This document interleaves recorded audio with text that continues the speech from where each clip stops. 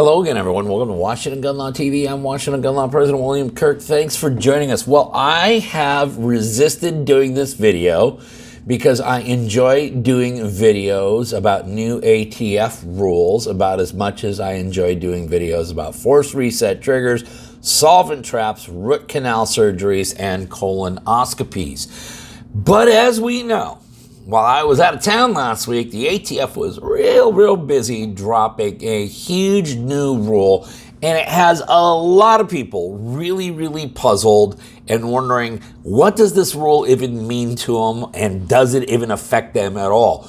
We're going to try to just scratch the surface today, get you guys educated about what this rule does in simple terms. We'll probably have to follow up with some more videos because this rule is a doozy. But today, let's get started with just getting our heads around things. So let's spend a few minutes, let's geek out for a bit, and let's talk about, per the ATF's new rule, are you a gun dealer or not?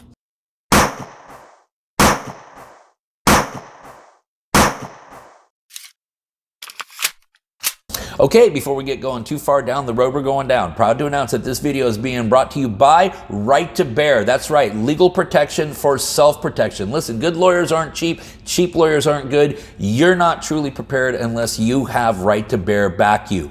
You will always get an attorney-answered hotline, so you will always have a confidential phone call. There are no cap limits for either civil or criminal defense. This covers all forms of self-defense. So from a fist to a firearm, from a fat lip to a dead body, you are covered, and you will have some of the nation's most passionate 2A attorneys in your corner fighting for you. And right now, if you visit my friends at protectwithbear.com and you use the promo code WGL, you will receive 10% off. Listen, you need to protect yourself so that you can protect them. Visit my good friends at protectwithbear.com. Okay, so we are talking about ATF Rule 2022 R-17, better known as definition of those engaged in the business as a dealer in firearms, all thanks to the Bipartisan Safer Communities Act. That's right. This rule-making order, all 466 glorious pages of it, would not even be possible were it not for all the good folks in the United States Congress who passed the Bipartisan Safer Communities Act just last year. Now, we're going to talk about basically three things today. This rule has a lot of moving pieces, has a lot of moving parts. I want you guys just to start getting your head around what does this really mean. The first thing we're going to talk about is the significant change in the law and how that could affect you. The second thing we're going to do is we're going to talk about what does this rule actually do. And then number three, what is the likelihood that you may actually fall under the purview of this rule, okay? All right. The first thing that you need to understand is that there has been a seismic shift in the statutory language that kind of governs this whole area, and that is an actual seismic shift in legislative language because there was an act of Congress, which we've already mentioned, the Bipartisan Safer Communities Act. Now, under the old law, before the Bipartisan Safer Communities Act, a person was engaged in the business of being a firearms dealer if, quote, the principal objective was both livelihood and profit, okay? That's what we were looking for there to determine, are you a gun dealer or are you just a guy who likes to just, fiddle around in the hobby of collecting and selling firearms? Okay, then, with the Bipartisan Safer Communities Act, now, as we define a person who's engaged in the business as a dealer in firearms, we are looking for an individual or sales that are done to predominantly earn a profit, okay? So, again, under the old law, the principal objective had to be both livelihood and profit, and now under the current law, it only has to be done predominantly to earn profit. Now, per the ATF, this is what they claim this rule does. These regulations implement this statutory change and provide clarity to persons who remain unsure of whether they are engaged in the business as a dealer in firearms with the predominant intent of obtaining pecuniary gain. This rulemaking will result in more persons who are already engaged in the business of dealing in firearms becoming licensed and deter others from engaging in the business of dealing firearms without a license. Okay, so the rule is to provide us all with clarity. Now, I got news for you, ATF. Usually dropping 466 pages of rulemaking order on the American people is not the best way of providing clarity.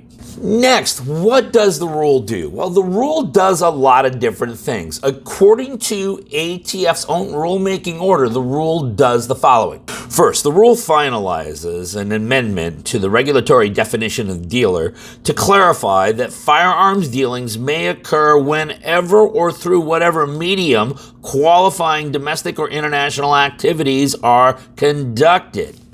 All right, so it clearly expands the definition of what dealing and being a dealer is. What else does it do? Second, the rule finalizes an amendment to the regulatory definition of engaged in the business to define terms purchase and sale as they apply to dealers to include any method of payment or medium of exchange for a firearm, including services or illicit forms of payment, for example, controlled substances. For further clarity, this final rule defines the term resale to mean selling a firearm, including a stolen firearm, after it was previously sold by the original manufacturer or any other person. So again, we are expanding what it means to be dealing, what it means to actually have actual firearm transactions. Now, have you ever seen an ATF rule where the definition actually contracted? Of course not. So you know we're going to see this rapid expansion of the definition. The rule does more, though. Third, because performing services can also be a medium of exchange for firearms, the rule finalizes an amendment to existing regulations that codifies ATF's historical exclusion for auctioneers who provide only auction services on commission to assist in liquidating firearms as an estate-type auction.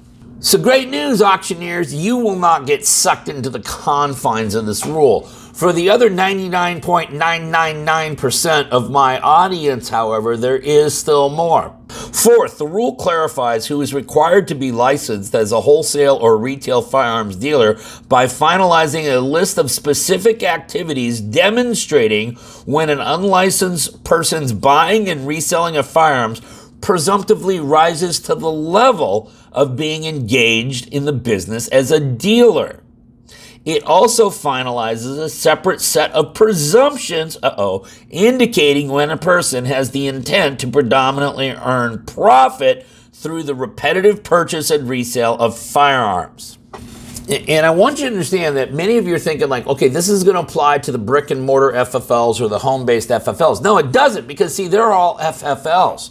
It doesn't apply to any of them, okay? It applies to all of you, the ones of you that are on Gunbroker or any of these other websites, the ones of you that can still operate in states where you can go to gun shows and sell your firearms. This is who the rule is meant to address. The last thing that the rule does is also talk about what happens when an FFL goes out of business, and we need to have that discussion because under the current presidential administration, well, there appears to be a lot of FFLs going out of business. Finally, to help address the problems of licensees who improperly liquidate their business inventory of firearms without performing required background checks or maintaining required records after their license is terminated, the rule finalizes the proposed regulation on discontinuing business. Okay, so hopefully you're beginning now to understand what this rule does, how ATF kind of summarizes what this rule does. And again, big thanks to the Bipartisan Safer Communities Act, because ATF now claims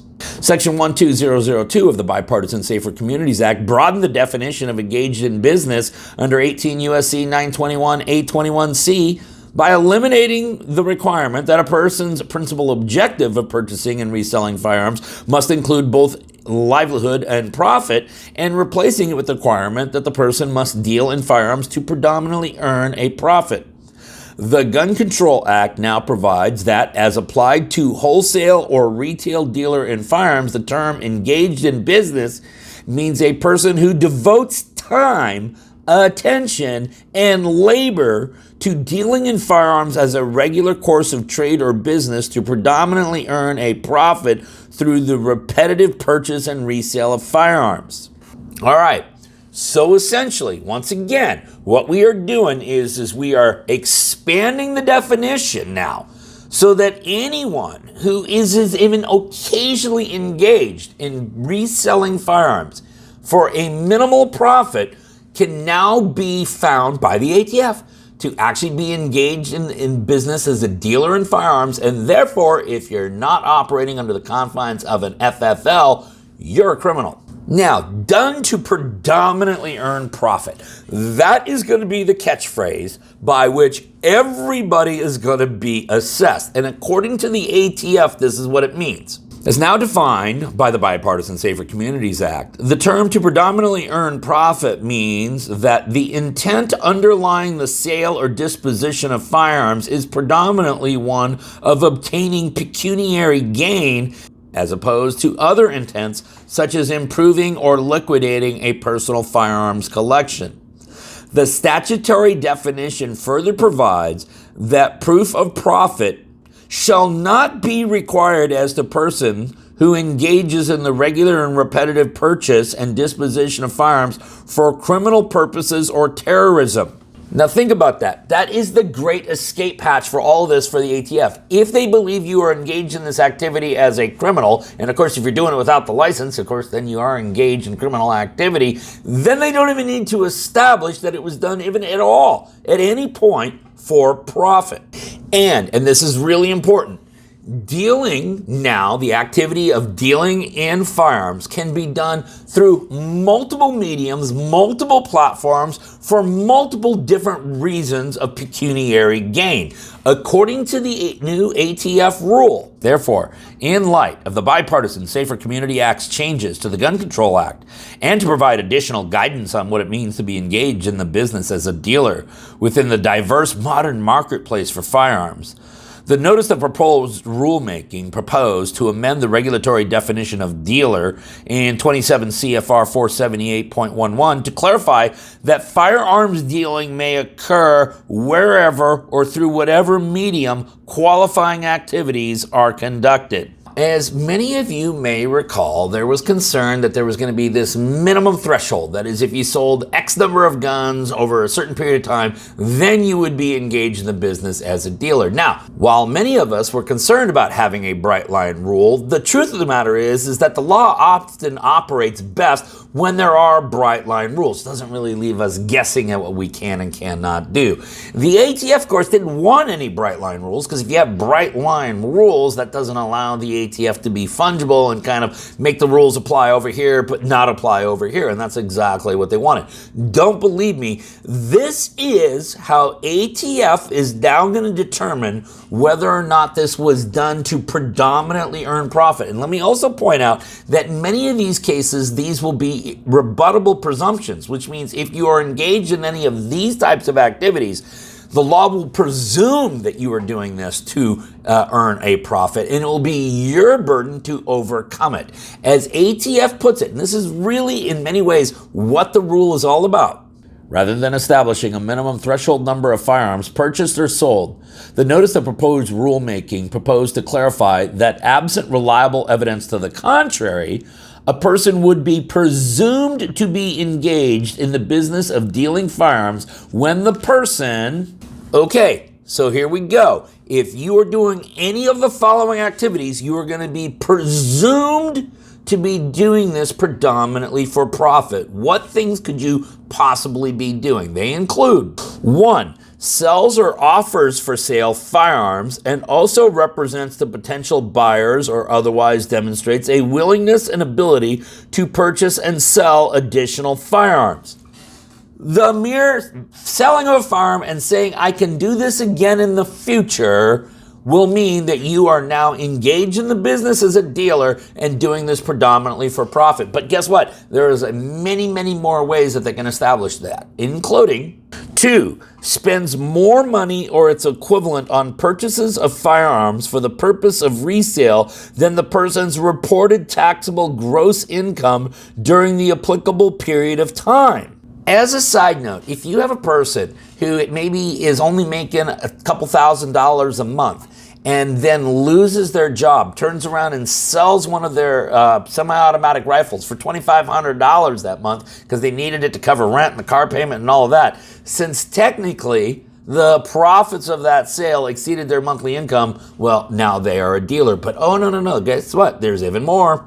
3, repetitively purchases for the purpose of resale or sells or offers for sale firearms, A, through straw or sham businesses or individual straw purchases or sellers, or B, that cannot lawfully be purchased or possessed, including 1, stolen firearms, 2, firearms with the licensee serial number removed, obliterated, or altered, 3, firearms imported in violation of federal law, or 4, machine guns or other weapons defined under 26 U.S.C. 5845A that were not properly registered in the National Firearm Registration and Transfer Record.